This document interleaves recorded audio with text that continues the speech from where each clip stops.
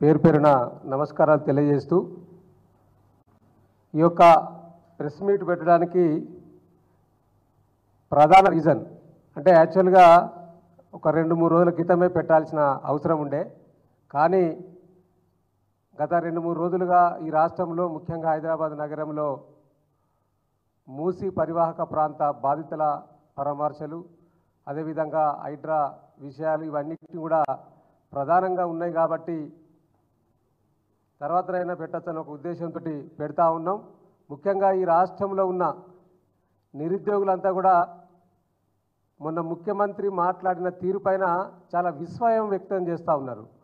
మొన్న అక్కడ 2 రోజుల క్రితం రాష్ట్ర ముఖ్యమంత్రి వర్యులు రేవంత్ రెడ్డి గారు డిఎస్సి 24 పరీక్షా ఫలితాల సందర్భంగా రాష్ట్ర సచివాలయంలో వారు మాట్లాడిన తీరు అంటే ఈ రాష్ట్రానికి ముఖ్యమంత్రి గౌరవప్రదమైన పదవి, రాజ్యాంగబద్ధమైన పదవిలో ఉండి కూడా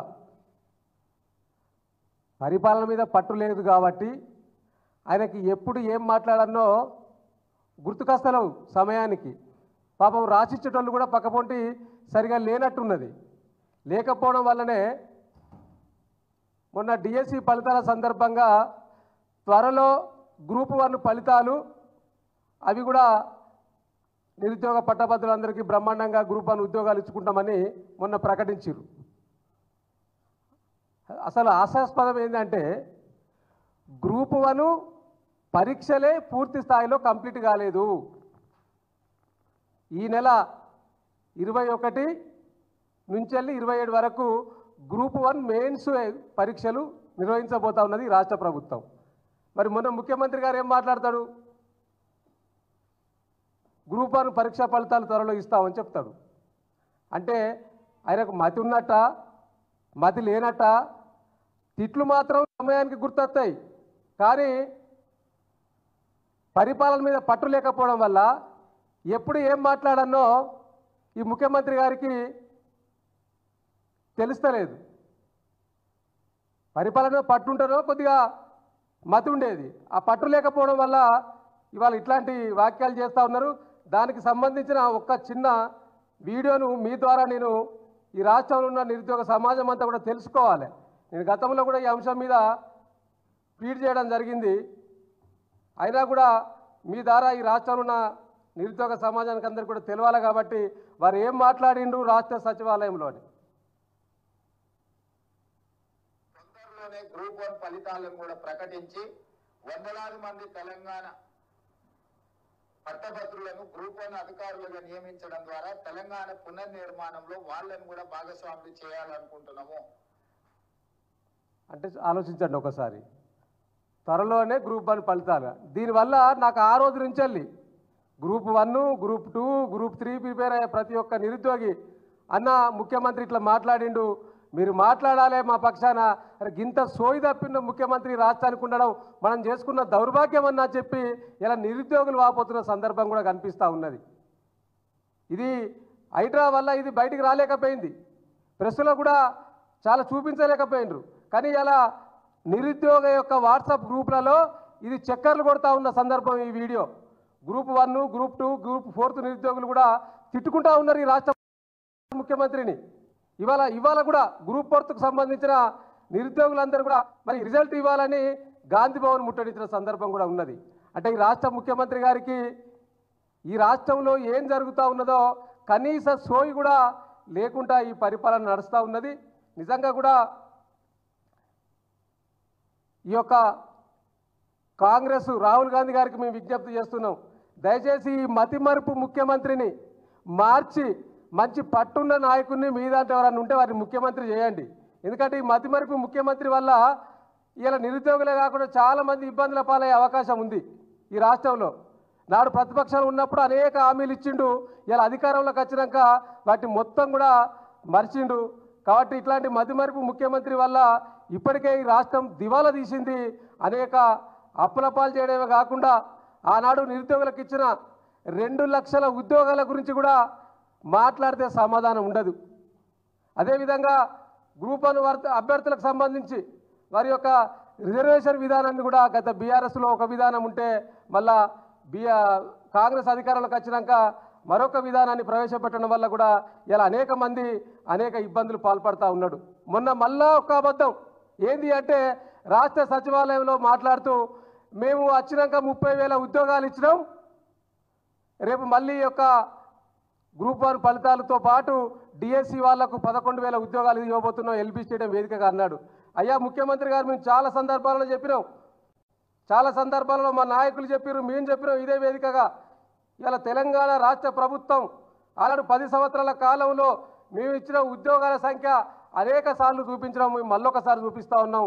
2,32,000 ఉద్యోగాలు మేము మా ప్రభుత్వ హయాంలో నాటి ముఖ్యమంత్రి కేసీఆర్ గారి నాయకత్వంలో ఆనాడు ఇచ్చుకున్న సందర్భంలో మరి కొన్ని ఉద్యోగాలకు నోటిఫికేషన్లు ఇచ్చి పరీక్షలు నిర్వహించి ఫలితాలు ఇవ్వడంలో ఎన్నికల కోడ్ రావడం వల్ల జాప్యమైన సందర్భంగా ఆ ఫలితాలు ఇచ్చి నియామక పత్రాలు ఇచ్చి పోజులు కొట్టుకొని మందికి బిట్టిన బుడ్డలు మా బిడ్డలు అని చెప్పుకున్నది మీరు అనే విషయాన్ని మరొకసారి నేను ఈ వేదిక ద్వారా గుర్తు చేస్తూ ఉన్నాను. కాబట్టి ఇలా ఉద్యోగాలు మాయి కానీ ప్రకటనలు మీవి నేను అనేక సందర్భంలో చెప్పినాం. కాబట్టి రేపు మీరు ఇవ్వబోయే డిఎస్సి ఉద్యోగాలకు సంబంధించి కూడా ఎల్బీ స్టేడియంలో మీరు ఏవైతే ఇప్పటికీ సర్టిఫికేట్ వెరిఫికేషన్ జరుగుతూ ఉన్నదో మేము ఉన్నప్పుడు 5,300 డిఎస్సి ఉద్యోగాలకు నోటిఫికేషన్ ఇస్తే మళ్ళీ మీరు ఒక 5,000 కలిపి దాదాపుగా 11,000 డిఎస్సి ఉద్యోగాలకు పరీక్ష నిర్వహించిండ్రు. అవి ఇప్పుడు ఫలితాలు ఇచ్చిర్రు మొన్న. కానీ వీరికి ఇచ్చే నియామక పత్రాల్లో కూడా ఆనాటి బీఆర్ఎస్ ఉద్యోగాల నోటిఫికేషన్ ఉన్నదనే విషయాన్ని మీరు మర్చిపోకూడదు. మీరు వచ్చినాక ఒక్క కొత్త నోటిఫికేషన్ ఇచ్చినా దేనికైనా బీఆర్ఎస్ పార్టీగా నిరుద్యోగులుగా మేమంతా కూడా సిద్ధంగా ఉన్నాం. దేనికైనా సిద్ధమే. ఒక్క నోటిఫికేషన్ అంటే ఒక్క నోటిఫికేషన్ అన్నా మీ రాష్ట్ర ప్రభుత్వం అధికారంలోకి వచ్చినాక ఇచ్చిందా? ఇచ్చిన ఏమన్నా ఉన్నాయంటే గ్రూప్ 1లో మేము ఆనాడు 503 ఉద్యోగాలు ఇస్తే మీరు 63 ఉద్యోగాలు అదనంగా కలిపి 565 ఉద్యోగాలు గ్రూప్ 1లో మీరు రేపు పరీక్ష పెట్టబోతా ఉన్నారు గ్రూప్ 1 మెయిన్స్కు. ఈ 63 ఉద్యోగాలు తప్పితే మీరు వచ్చినాక ఒక్క కొత్త ఉద్యోగం కూడా ఈ రాష్ట్ర ప్రభుత్వంలో మరి నిరుద్యోగులకు ఇవ్వలేదనే విషయాన్ని మరొకసారి తెలియజేసుకుంటే వాళ్ళ నిరుద్యోగులు కూడా వారందరూ కూడా అన్ని విషయాలు తెలుసు.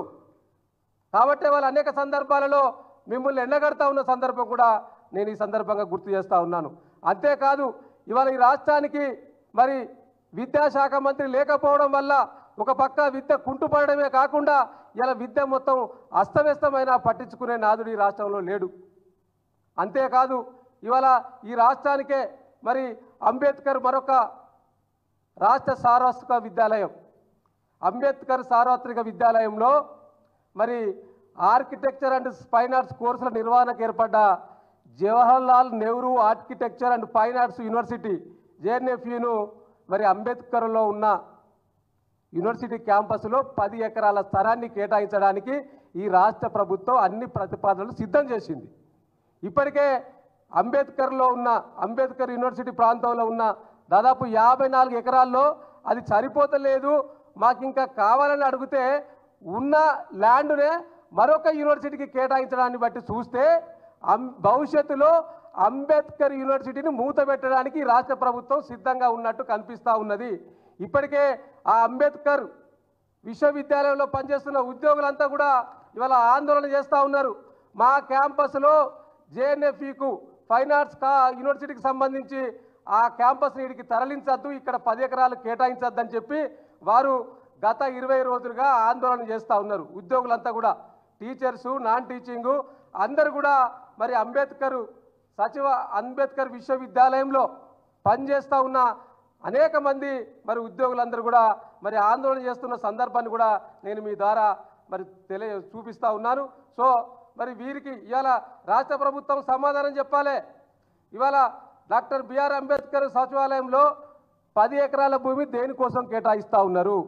మీరు Jawaharlal Nehru architecture and fine arts university మరి మసబ్ ట్యాంకులో ఉన్నది. మసబ్ ట్యాంకులో ఉన్న ఆ యొక్క క్యాంపస్ను ఎందుకు తరలిస్తూ ఉన్నారు? ఎవరి కోసం తరలిస్తూ ఉన్నారు? దేనికోసం తరలిస్తూ ఉన్నారు? అక్కడ ఏదైనా రియల్ ఎస్టేట్ వ్యాపారం చేయబోతా ఉన్నారా అనే విషయాన్ని ఇలా అనేక మంది మేధావులలో అనేక మంది విద్యార్థులలో నిరుద్యోగులలో ఈ ప్రశ్న తలెత్తుతూ ఉన్నది.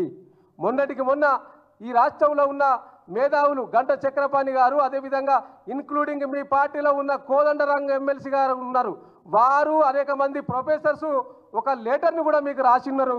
ఇప్పటి వరకు సమాధానం చెప్పలేదు. దానిపైన మీరు కేటాయించద్దు, అంబేద్కర్ విశ్వవిద్యాలయంలో ఉన్న స్థలాన్ని మరి జేఎన్ఎఫ్కు కేటాయించద్దని చెప్పి వారు కూడా ఒక లేఖను మీ దృష్టికి తీసుకొచ్చారు. కానీ ఇప్పటి వరకు రాష్ట్ర ప్రభుత్వం దాని మీద మాట్లాడతలేదు. ఇవాళ దాదాపుగా 65 కోర్సులతోటి మరి అంబేద్కర్ విశ్వవిద్యాలయంలో మరి ఆర్ట్స్, సైన్స్, యూజీ, పీజీ క్లాసులు నడుస్తున్నాయి. ఇప్పటికే సైన్స్ ప్రాక్టికల్ కోసం మరి ల్యాబ్ల కోసం రూమ్స్ అవసరం ఉన్నాయి. మరి అవసరం ఉన్నా కూడా ఆడియో వీడియో లైబ్రరీల కోసం ఇంకా నిర్మాణాలు చేపట్టవలసిన అవసరం ఉన్నది అంబేద్కర్ విశ్వవిద్యాలయంలో. ఇంకా అంబేద్కర్ యూనివర్సిటీని విస్తరించాల్సిన అవసరం ఉన్నది. కానీ ఉన్న స్థలాన్ని మీరు ఇంకో యూనివర్సిటీకి కేటాయించడం ఏందో అర్థమైతలేదు. మీరు మరి స్కిల్ యూనివర్సిటీ అని చెప్పి మరి 4th సిటీలో మరి దాదాపుగా 1000 ఎకరాలు, 100 ఎకరాలు, 500 ఎకరాలు కేటాయిస్తూ ఉన్నారు కదా. మరి అంత పెద్ద ల్యాండ్ ఉన్న ఈ యొక్క సిటీలో మరి ఇట్లాంటి జేఎన్ఎఫ్ని కూడా అట్లాంటి ప్లేస్లో పెట్టండి. దానికి ఒక 100 ఎకరాలు కేటాయించండి, ఏదో ఒక 1000 ఎకరాలు కేటాయించండి. కానీ ఉన్న విశ్వవిద్యాలయం నుంచి ల్యాండ్ తీసుకోవడం అయితే ఇది సరైంది కాదనే విషయాన్ని మరొకసారి ఈ రాష్ట్ర ప్రభుత్వానికి తెలియజేస్తా ఉన్నాం. గమ్మత్ ఏంటంటే ఈ రాష్ట్ర ప్రభుత్వం కొత్తలా ఏర్పడ్డప్పుడు కూడా ఈ రాష్ట్ర ముఖ్యమంత్రి రేవంత్ రెడ్డి గారు ఆయన క్యాంప్ ఆఫీస్ కోసం అంబేద్కర్ యొక్క విశ్వవిద్యాలయంలో అక్కడ క్యాంప్ ఆఫీస్ నిర్మించుకుంటాం, అక్కడ ఒక 10 ఎకరాలు కావాలని అప్పటి రంగారెడ్డి జిల్లా కలెక్టరు, ఆర్డీఓను, ఎంఆర్ఓలను అక్కడ ఉన్న వీసీని కలిసిరు. వీసీ అప్పుడు బీఆర్ఎస్ ప్రభుత్వంలోనూ మొన్నటిదాకా కూడా ఉన్నాడు. సీతారామరావు గారిని కలిసి మాకు సీఎం క్యాంప్ ఆఫీస్ కోసం కావాలి అంబేద్కర్ విశ్వవిద్యాలయాన్ని అడిగిండ్రు. అంటే వారందరూ కూడా వ్యతిరేకించిండ్రు.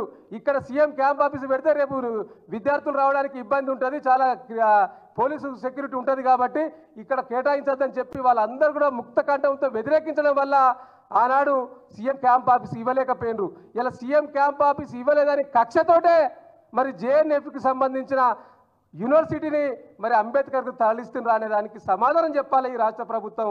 అదేవిధంగా మరి ఇప్పటికే అంబేద్కర్ విశ్వవిద్యాలయ చరాన్ని ఇప్పటికే అక్కడ యూనివర్సిటీ ఉద్యోగులు కొంతమంది ఉంటా ఉన్నారు. అక్కడ ఉద్యోగులందరూ కూడా అదేవిధంగా దుర్గం చెరువు బ్రిడ్జి కోసం కొంత స్థలాన్ని తీసుకున్నారు. అక్కడ టీ షాటు అదేవిధంగా విహాబ్ కోసం కూడా కొంత స్థలాన్ని ఆనాడు తీసుకోవడం జరిగింది. దాదాపుగా ఇప్పుడు మిగిలిన ల్యాండ్ ఒక 30-40 ఎకరాలు మాత్రమే ఆ విశ్వవిద్యాలయానికి ఉన్నది. అది కూడా పేద మధ్య తరగతి కుటుంబాలకు సంబంధించిన విద్యార్థులు చదువుకునే విశ్వవిద్యాలయం. ఈ తెలుగు రాష్ట్రాలలో ఇంత పెద్ద యూనివర్సిటీ అంబేద్కర్ పేరు మీద ఉన్నది ఒక హైదరాబాద్ కేంద్రంగానే. కాబట్టి దాన్ని కూడా లేకుండా అంబేద్కర్ మీద కక్షతోటి ఆనాడు బీఆర్ఎస్ ప్రభుత్వం 120 అడుగుల మరి అంబేద్కర్ విగ్రహాన్ని కడితే కనీసం అక్కడ మెయింటెనెన్స్ కూడా చేస్తలేడు ఈ రాష్ట్ర ప్రభుత్వం, ఈ ముఖ్యమంత్రి గారు.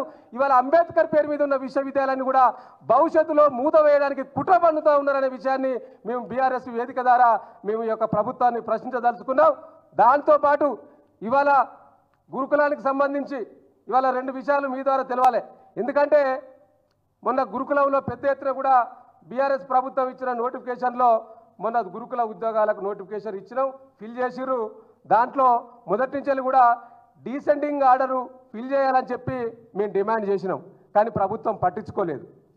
పట్టించుకోకుండా మరి పైనుంచి వెళ్ళి కిందికి రావన్న ఉద్యోగాల నియామకాల ప్రక్రియ కింది నుంచి వెళ్ళి పైకి పోయింది. సో దానివల్ల ఇవాళ 2780 ఉద్యోగ ఖాళీలు గురుకులాలలో ఏర్పడ్డాయి. మీరు ఆనాడు 1:2 ప్రకారం పిలిచిన ఈ గురుకుల నోటిఫికేషన్లో ఎస్సీ, ఎస్టీ, బీసీ, మైనార్టీ గురుకులాలకు సంబంధించి ట్రిప్ ఏదైతే ఉందో దాంట్లో 1:2 ప్రకారం మీరు పిలిచిండ్రు. ఆ 1:2 ప్రకారం పిలిచిన దానిలో 6000 ఉద్యోగాలు మాత్రమే ఫిల్ అయినాయి. దాదాపుగా 2780 ఖాళీలు ఉన్నాయి.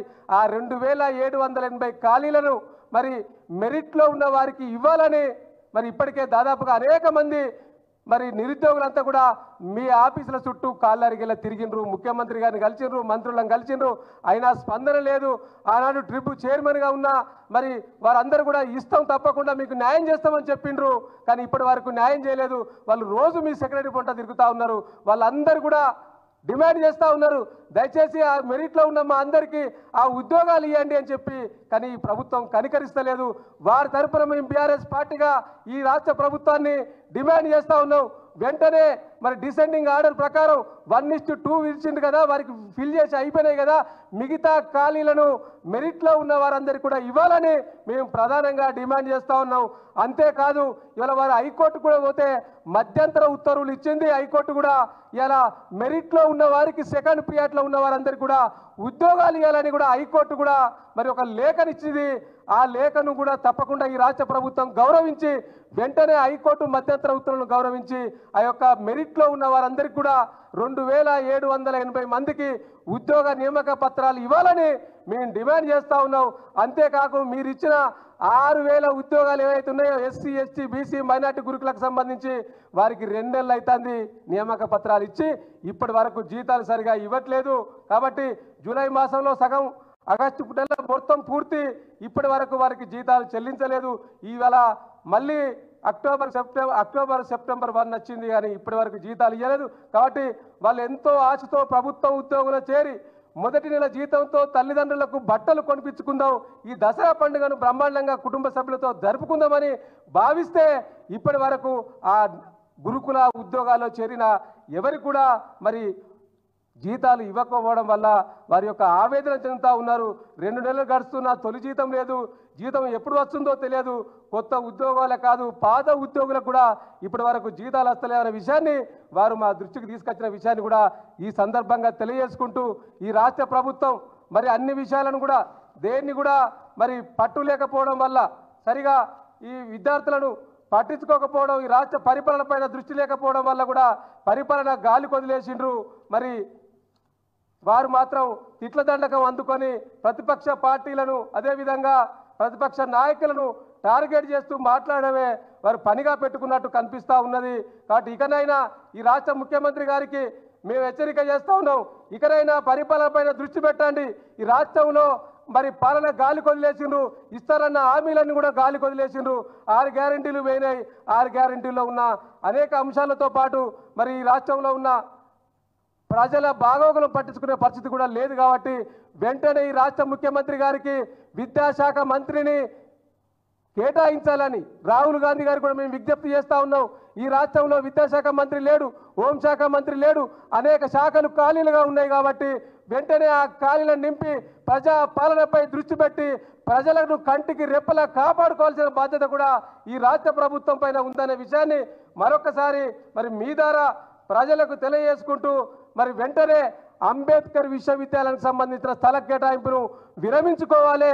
అదేవిధంగా ఈ గ్రూప్ 1కి సంబంధించిన విషయాల పట్ల కూడా ఇలా నిరుద్యోగులకు క్షమాపణ చెప్పాలి.